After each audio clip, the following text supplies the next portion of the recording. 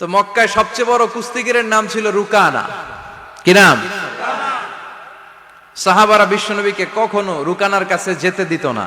সাহাবারা ভাবতো বিশ্বনবী যদি রুকানার দরবারে যায় আর রুকানা যদি বক্সিং মেরে বসে তাহলে বিশ্বনবীর মানিজ্যত নিয়ে টানাটানি।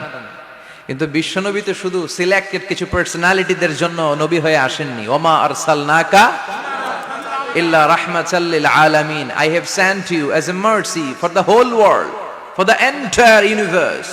ও নবী, আমি আপনাকে গোটা বিশ্বের জন্য রহমত আর বরকত করে পাঠিয়েছি। তো বিশ্বনবী একদিন ফজরের সালাত শেষে লুকিয়ে লুকিয়ে মক্কার সবচেয়ে বড় বক্সার চিনেন তো? তো বিশ্বনবী তো as a mercy for the entire universe, গোটা বিশ্বের জন্য রহমত, তিনি মক্কার সবচেয়ে বড় বক্সার রুকানার কাছে চলে গেল। যে বলল, রুকানা আসলিম তাসলাম, ইসলাম মানো শান্তিতে থাকবা, দুনিয়ায়ও থাকবা আখিরাতেও থাকবা। সুবহানাল্লাহ পড়েন। রুকানা বলে, না আব্দুল্লাহর বেটা মোহাম্মদ, আমি তো কালিমা পড়বো না, যদি বক্সিং খেলে আমারে হারায় দিতে পারো তাইলে কালিমা পড়ো। বিশ্বনবী বললেন, আমি তো বক্সিং খেলি না রে বাপ। রুকানা বলল, তাহলে আমিও কালেমা পড়ি না। বিশ্বনবী রাজি হলেন। অবশেষে ভাবলেন, আমি বক্সিং খেললে একজন যদি জাহান্নাম থেকে জান্নাতি হয়, বক্সিং খেললে সমস্যা কই? কি রহমতের নবী, কি অ্যাটিটিউড, কি পজিটিভনেস, কি প্রোঅ্যাক্টিভনেস, অলওয়েজ প্রোঅ্যাক্টিভ। সব সময় ইতিবাচক চিন্তা করতেন। নেতিবাচক চিন্তা কারে বলে বিশ্বনবী জানতোই না। সুবহানাল্লাহ পড়েন। বিশ্বনবী রাজি হলেন। এবার বক্সিং খেলার পালা।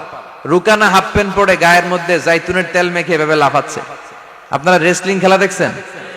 তেল মেখে পজিশন নেয় মারার জন্য প্রতিপক্ষকে। তো বিশ্বনবী তার পজিশন নেয় না, বিশ্বনবী দাঁড়িয়ে আছেন। রুকানা বলল, মোহাম্মদ, আমি লাফাচ্ছি, তুমি লাফাও না কেন? তুমিও লাফাও।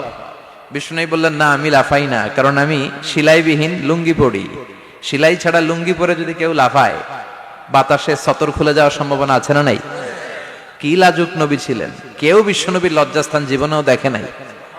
হালিমাতুস সাদিয়ার বাড়িতে যখন বিশ্বনবী থাকতেন, হালিমাতুস সাদিয়া 5 বছর এই কুরাইশি মুহাম্মদ ছেলেটাকে লালন পালন করেছে। হালিমাতুস সাদিয়া বললে, এই 5 বছরের ব্যবধানে কোনোদিন কুরাইশি মুহাম্মদরে কাঁদতে দেখি নাই। ক্ষুধা পেলেও ছেলেটা কাঁদতো না, ব্যথা পেলেও কাঁদতো না, শুধু লজ্জাস্থানের জায়গা থেকে কাপড়টা সরে গেলে শিশু মুহাম্মদ চিৎকার দিয়ে উঠতো। এবার মারামারির পালা। রুকানা বলে, মোহাম্মদ তুমি মারো। বিশ্বনবী বললেন, তুই মার, কারণ আমি মারলে ওই মায়ের হজম করার ক্ষমতা তোর নাই। বিশ্বনবীর এক হাতে জান্নাতি 40 জনের শক্তি ঢুকায় দিছে কে?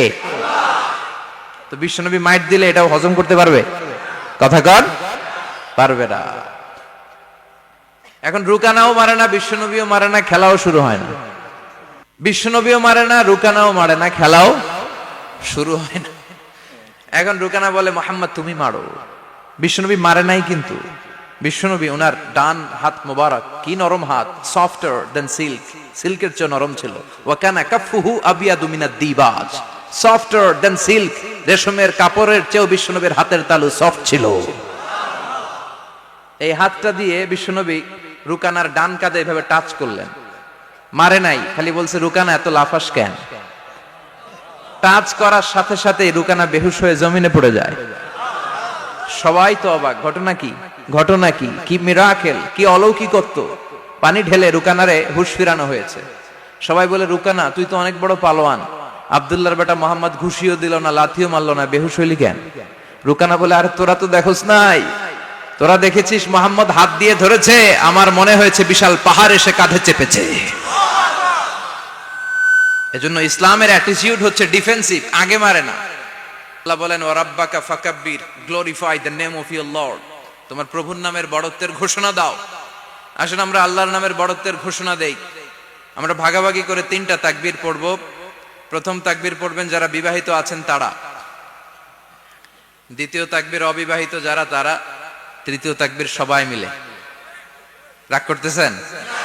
বিবাহিত কারা কারা আসছেন দেখি তো? মাশাআল্লাহ, আমিও আছি আপনাদের দলে, মশির ভাইও আছে ইনশাআল্লাহ। হাত নামান। অবিবাহিত কারা কারা আসছে দেখি? এই এক হাত করে তোল। সংখ্যা বাড়ানোর জন্য 2 হাত তুলতেছে। মাশাআল্লাহ, এরাও কম না, স্টেজেও আছে 2-1 জন। আল্লাহ এদেরকে তাড়াতাড়ি ডবল বানায় দাও। চিন্তা নাই, দেশে আমাদের বোনদের নারীদের সংখ্যা যেভাবে বাড়তেছে কপালে 2-3টা করে জড়তে পারে। যদিও এদেশে প্র্যাকটিসটা ওইভাবে হয় নাই, কিন্তু এটা কিন্তু সুন্নাহ। এটা কি সুন্নাহ? তো আমরা প্রথমে তাকবীর পড়ব যারা বিবাহিত আসছি তারা, এরপরে তাকবীর পড়ব যারা অবিবাহিত আসছি তারা, এরপরে সবাই মিলে। তো আমি লিল্লাহি তাকবীর বললে আপনারা শুরুতে যারা বিবাহিত ভাইরা আছেন তারা তাকবীর পড়বেন। এটার উদ্দেশ্য হচ্ছে আপনাদেরকে একটু প্রাণবন্ত করে তোলা, আপনাদের ঝিমুনি আসলে, জড়তা আসলে, কাপুরুষতা এগুলো ঝেড়ে ফেলে দিয়ে যাতে কোরআন শোনার জন্য আমরা রেডি হয়ে যাই। শুরুতে বিবাহিত ভাইরা রেডি তো? কাদের পারফরমেন্স কেমন হয় আজকে দেখব। শুরুতে বিবাহিতদের পারফরমেন্স। আমি লিল্লাহি তাকবীর বললে আল্লাহু আকবার বলা যাবে? শুরুতে আমার বিবাহিত ভাইরা পড়েন লিল্লাহি তাকবীর।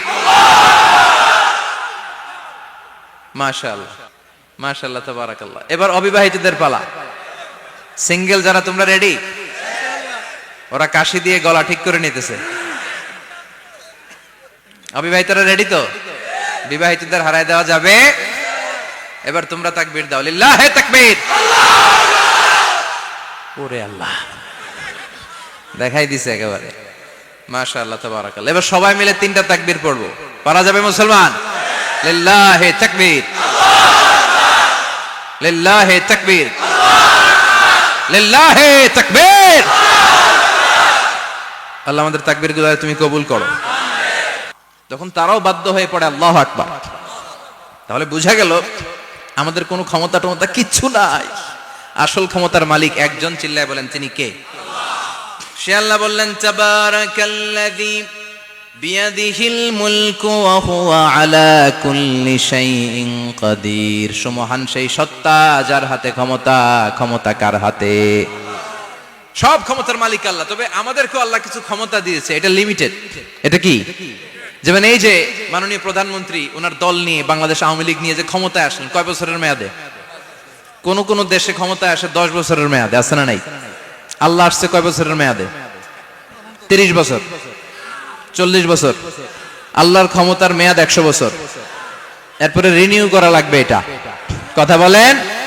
আল্লাহ বলেন হুয়াল আউয়ালু ওয়াল আখিরু ওয়াল যাহিরু ওয়াল বাতিন ওয়া হুয়া বিকুল্লি শাইইন আলিম। আমি প্রথম, আমি শেষ, আমি প্রকাশ্য, আমি গোপন। ঠিক কিনা?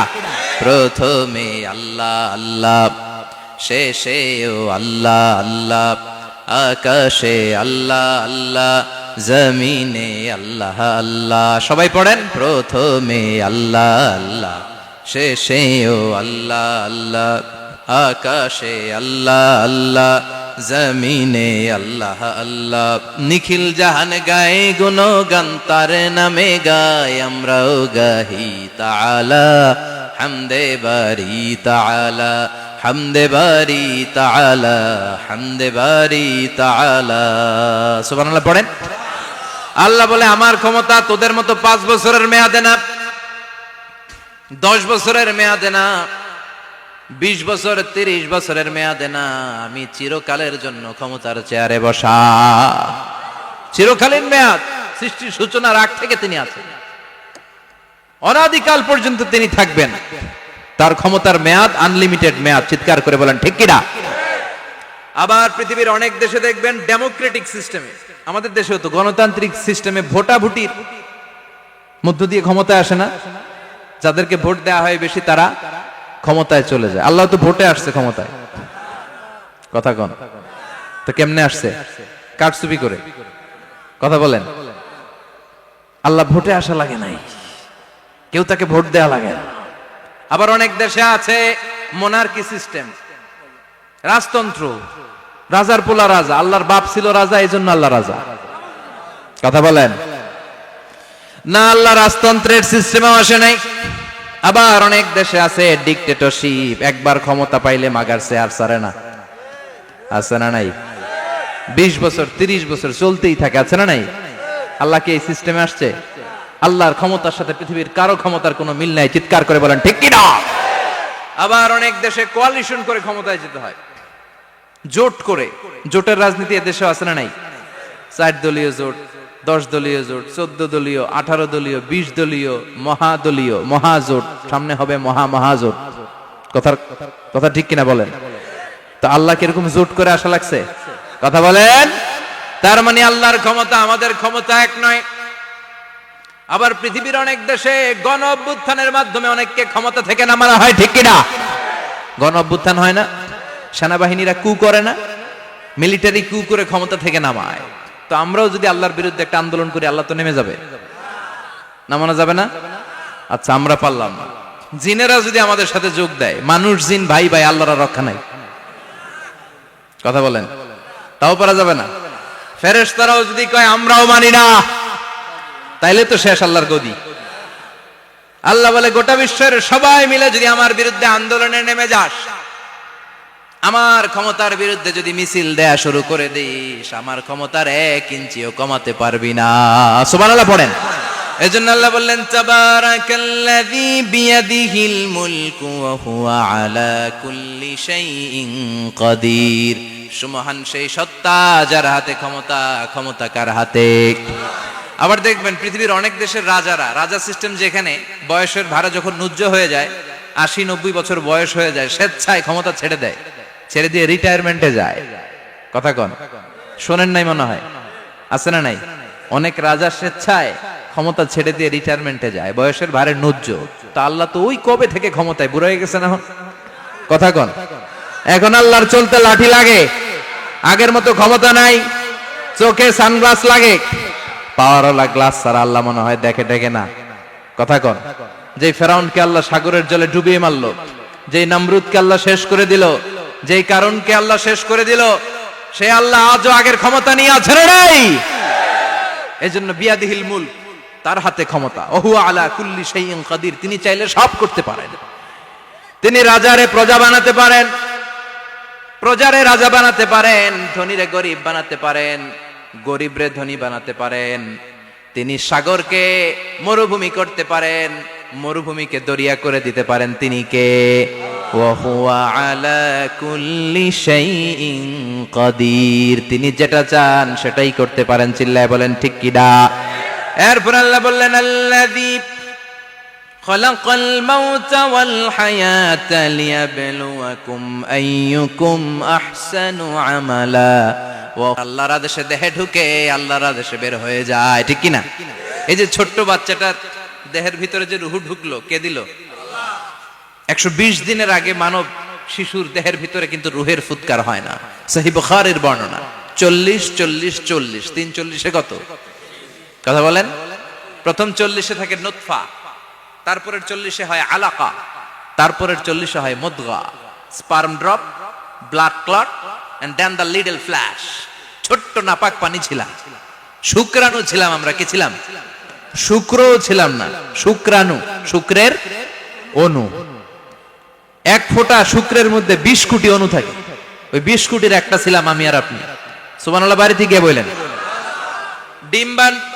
ডিম্ব আমরা ছিলাম না, আমরা ছিলাম ডিম্বাণু। ডিম্বের এই ডিম্বাণু আর শুক্রাণু দুইটা মিলে আল্লাহ আমাদেরকে বানায় ফেললেন জাইগট, সেখান থেকে এমব্রয়ো, তারপরে আস্তে আস্তে ইনিশিয়াল স্টেজগুলো শেষে একটার পর একটা স্টেজ পার করে তিনি আমাদেরকে বানালেন আলাকা, সেখান থেকে মুদগা। আমাদের দেহের ভেতরে তিনি স্কেলিটন ভরে দিলেন, কঙ্কাল, মাথার স্কাল দিলেন, খুলি দিলেন, নাক কান গলা দিলেন, আমার রেসপিরেটরি সিস্টেম চালু করে দিলেন। কত ছোট ছিলাম আমি, ক্ষুদ্র ছিলাম আমি। ফালয়ানজুরিল ইনসানু মিম্মা খুলিকা, খুলিকা মিম্মা ইন দাফিক। মানুষের উচিত তার সৃষ্টি প্রক্রিয়ার দিকে নজর করে তাকানো। বাবার পিঠ থেকে সবেগে নির্গত হওয়া পানি দিয়ে মায়ের পেটে তোমারে ঢুকায় দিল কে? নাপাক পানি থেকে ছোট্ট ব্যাঙ্গাচির মতো ছিলাম, জোকের মতো মায়ের জরায়ুর দেয়ালে লেগেছিলাম। সেখান থেকে বড় করতে করতে আমার রেসপিরেটরি সিস্টেম, আমার হেয়ারিং সিস্টেম, আমার সব সিস্টেমগুলো তিনি আমার দেহের ভিতরে সেট করে দিল। চিল্লায় কোন সুবহানাল্লাহ। 120 দিনের সার্টেন পিরিয়ড শেষে তিনি দেহের ভিতরে রুহের ফুৎকার দিলেন। দেয়া মাত্রই আমার রুহুতে ধপ ধপ ধপ শুরু হয়ে গেছে। ওই যে ধপ ধপ শুরু হয়েছে, আজও থামে নাই। এই ধপ ধপ থামলে বাঁচবেন, দম ফুরাইলে আমরা ঠুস হয়ে যাবো, ঠিক কিনা? হায় রে মানুষ রঙিন ফানুষ, দম ফুরাইলে তবু তো ভাই কারোরই নাই একটুখানি। হায় রে মানুষ রঙিন ফানুষ, রঙিন ফানুষ, হায় রে মানুষ। সুবহানাল্লাহ বলেন। সে আল্লাহ বললেন, গোলাম, জীবন আর মরণের মাঝখানে আমি তৈরি করেছি রুহু। পৃথিবীর বিজ্ঞানীরা সব বানাতে পারে, কম্পিউটার বানাতে পারে, প্লেন বানাতে পারে, হেলিকপ্টার বানাতে পারে, রকেট বানাতে পারে, কিন্তু গোটা বিশ্বের সব বিজ্ঞানীরা মিলে কি রুহু বানাতে পারে নাকি? কথা বলেন। গত বছর সোফিয়া নামে একটা রোবট আসছিল না? কথা কন। ওটা মাথা উঁচু করে নিচু করে কথা বলতে চায়, মানুষের মতো হতে চায়। আসলে কি মানুষ? ওটার মধ্যে কি রুহু আছে? রুহু বানাইতে পারবে কেউ? এই রুহু নিয়ে যে কত গবেষণা, মুমূর্ষ রোগীদের উপর গবেষণা চালিয়েছে অনেক। বুলেট প্রুফ গ্লাসের ভিতরে মুমূর্ষ রোগীকে রেখে রেখে তারা চেক করতে চেয়েছে আমেরিকান বিজ্ঞানীরা যে রুহু কোন দিক দিয়ে বের হয়। তারা ওজন করে দেখে, মানুষ মরে গেলে কোন লাশের ওজন বেড়ে যায়, কোন লাশের ওজন কমে যায়। যেটাতে কমে গেছে 2-1 কেজি কমে যায়, তার অবাক।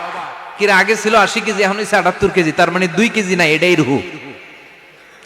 এটাই কি? এটা হচ্ছে গবেষণার ধাপ। অনেকগুলো মডিউল তারা আনে, অনেক মুমূর্ষ রোগীকে গ্লাস ফিটিং করা, ইন্টেনসিভ কেয়ারে রেখে তারা অবজার্ভ করে, আর অক্সিজেন মাস্ক খুলে দিয়ে তারা দেখে যে লোকটা ছটফট করে কিভাবে মরে। মরার আগে ওজন মাপ ছিল 80 কেজি, মরে গেছে পরে আবার ওজন দিয়ে দেখে 78 কেজি। কমছে কয় কেজি? বিজ্ঞানে কয় পাইছি। সবাই কয় কি পাইছো? কয় রুহু। কই পাইলেন? কয় আগে 80, এখন 78, 2 কেজি। রুহুর ওজন কয় কেজি? তো বিজ্ঞানীদের সিস্টেম হচ্ছে, যে কোনো একটা বিষয়ের উপর গবেষণা চালালে তারা পূর্ণাঙ্গ ডিসিশনে পৌঁছতে পারে না। They couldn't jump to the final conclusion just on one module, based on one module. They cannot do it. তাদের অনেকগুলো মডিউল আনতে হয়। তারা আবার নমুনা আনলো আরেকটা, মুমূর্ষ রোগী, অক্সিজেন চেম্বার লাগানো, মাস্ক লাগানো, এটা খুলে ফেললে মরে যাবে। বুলেট প্রুফ করা গ্লাসের ভিতরে ঢুকিয়ে এটার ওজন মাপ, এটার ওজন 60 কেজি। এবার মাস্ক খোল, মাস্ক খুলছে ছটফট ছটফট করে, এটা শেষ। এবার মাপ দেখ, এবার মাইপা দেখা গেছে 63 কেজি। কয় কেজি বাড়ছে?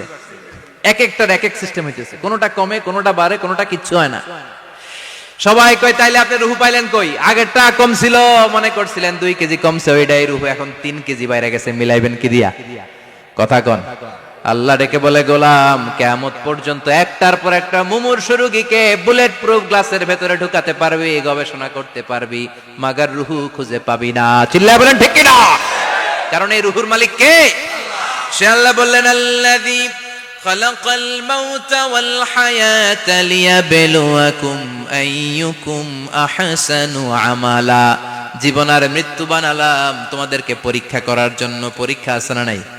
গোটা দুনিয়াটাই পরীক্ষা। আল্লাহ যারে পছন্দ করে বেশি তার পরীক্ষাও। আসাদুন নাসি বালাআন আল আম্বিয়া। এই পৃথিবীতে আল্লাহ সবচেয়ে বেশি বালা মুসিবত দিয়ে পরীক্ষা করেছেন নবীদের। কারণ নবীরা আল্লাহর কাছে কম প্রিয় না বেশি প্রিয়? যেহেতু প্রিয় বেশি, পরীক্ষা। এজন্য মুমিনের উপর যদি পরীক্ষা আসে, মুমিনের উপর যদি অত্যাচার আসে, মুমিনের উপর যদি ধৈর্যের পরীক্ষা আসে, জেল জরিমানা আসে, মুমিন ওইটারে ভয় পায় না। মুমিন ভয় পায় একজনকে। চিল্লায় বলেন তিনি কে? কারণ আল্লাহর ঘোষণা, ওয়ালা তাহিনু ওয়ালা তাহজানু। ঘোষণাটা কার? ভয় নাই, তোদের চিন্তা নাই। আনতুমুল আ'লাউনা ইন কুনতুম মুমিনিন। তোমরাই বিজয়ী হবা যদি মুমিন হও, যদি মুমিন হও। এজন্য ধৈর্যের পরীক্ষা দিতে হবে, আল্লাহর উপর তাওয়াক্কুল করতে হবে, অত্যাচার আর জুলুম আল্লাহর নামে সহ্য করে যেতে হবে। চিল্লায় বলেন ঠিক কিনা?